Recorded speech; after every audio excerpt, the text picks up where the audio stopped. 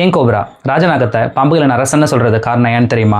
ஒருவேளை பாம்பு ரொம்ப நீட்டாக இருக்குது அதனால் சொல்கிறாங்களா, இல்லை விஷத்தன்மை அதிகமாக இருக்குன்றதுனால சொல்கிறாங்கன்னு தெரியுமா? வாங்க டீட்டெயிலாக தெரிஞ்சுப்போம். நம்ம நிறைய பேர் நினச்சிட்டு இருக்கோம் ராஜநாகத்துக்கு தான் அதிக விஷத்தன்மை இருக்குது, அதனால தான் பாம்புகளின் அரசன்னு சொல்லிட்டு ராஜநாகத்தை சொல்கிறாங்க அப்படின்ற மாதிரி நினச்சிட்டு இருக்கோம். அது உண்மை கிடையாது.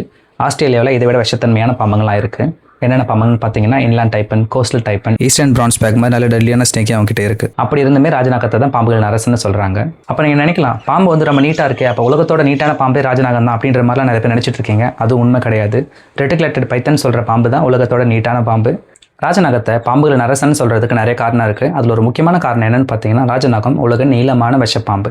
அதாவது பார்த்தீங்கன்னா பாம்பு ரொம்ப நீட்டாகவும் இருக்கும், ஆனால் விஷத்தன்மையோடையும் இருக்கும். பொதுவாக நீட்டாக இருக்கிற பாம்புங்க விஷத்தன்மை அதிகமாக இருக்காது, ஆனால் இந்த பாம்புக்கு விஷத்தன்மையும் இருக்கும், அதே மாதிரி நீட்டாகவும் இருக்குது. ராஜநாகத்தில் பெண் பாம்பை விட ஆண் பாம்பு பெருசாகவே இருக்கும். பெண் பாம்பு பார்த்தீங்கன்னா 10 அடியிலிருந்து 12 அடி வரும் வளரும். இதே ஆண் பாம்பு பார்த்தீங்கன்னா 14 அடியிலிருந்து 18 அடி வரை வளர முடியும். ராஜநாகம் ஓஃபியோஃபேகஸ் இனத்தை சேர்ந்தது. ஓஃபியோஃபேகஸ்னா என்னன்னு பார்த்தீங்கன்னா பாம்புகளை வேட்டையாடி சாப்பிட்ற ஒரு பாம்பு வகை. அது மட்டும் இல்லாமல் ஒரு சில சமயங்களில் தன்னோட இனத்தையும் வேட்டையாடி சாப்பிடுது. இதனால் அது வந்து கேனிபல்ஸ் நம்ம சொல்லலாம். ராஜநாகம் ஏதோ ஒரு சில பாம்புகளை மட்டும் வேட்டையாடி சாப்பிட்றது கிடையாது, எல்லா பாம்பையும் வேட்டையாடி சாப்பிடுது. என்னென்ன பாம்புன்னு பார்த்தீங்கன்னா சாரை பாம்பு, நாகப்பாம்பு, கண்ணாடி விரியன், கட்டு விரியன், ஏன் ஒரு சில சமயங்களில் மலை பாம்புகளையும் வேட்டையாடி சாப்பிடக்கூடிய பாம்பு தான் இது.